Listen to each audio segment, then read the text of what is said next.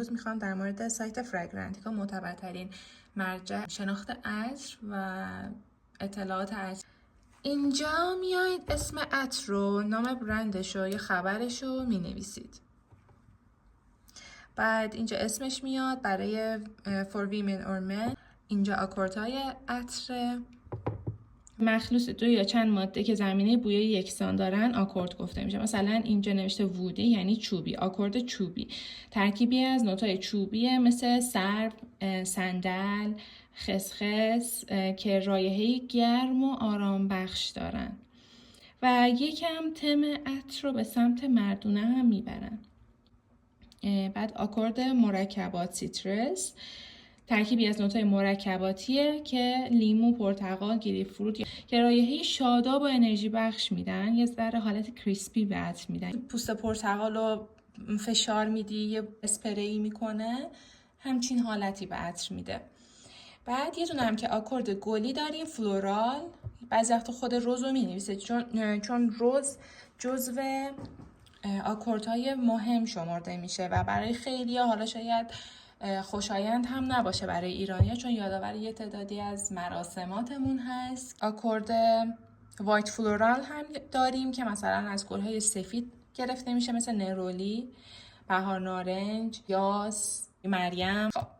در ادامه اینا رو میبینیم، این آدم‌ها رو که چه تعداد خوششون اومده، عاشقش شدن، چه تعداد سوسو بودن، دوست داشتن. اینم که معلوم از قیافه هاشون.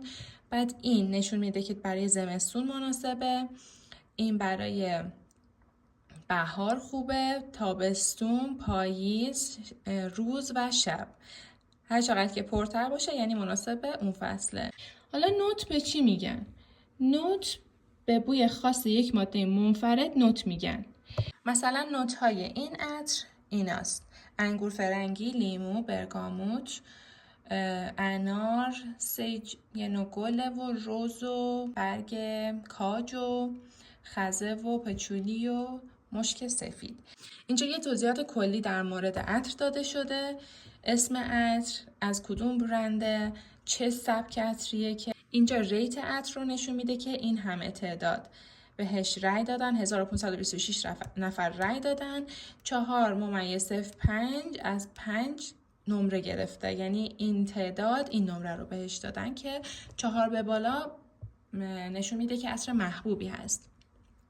اینجا یه توضیحات کلی در مورد عطره که خود تولید کنندش داده، بعد چه سالی لانچ شده، چه سالی به بازار ارائه شده، عطارش کی بوده، تیری واسر عطارش بوده، تاپ نوت و اینا.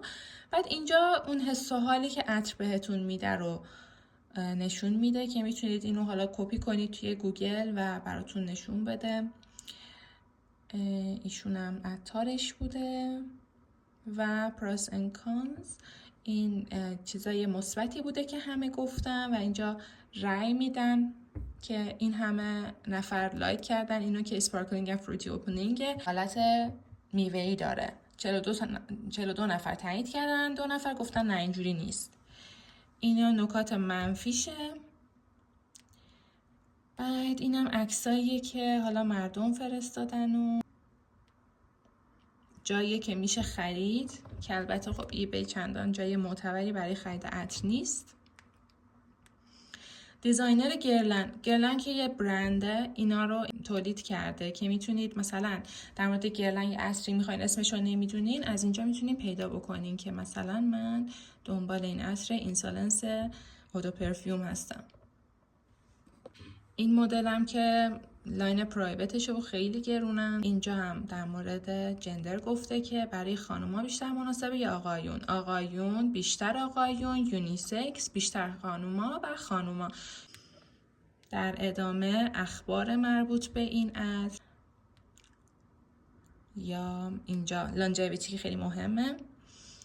خب هر چقدر از پایین از اترنال بیشتر باشه، پرتر باشه، یعنی ماندگاری عطر خیلی بیشتره.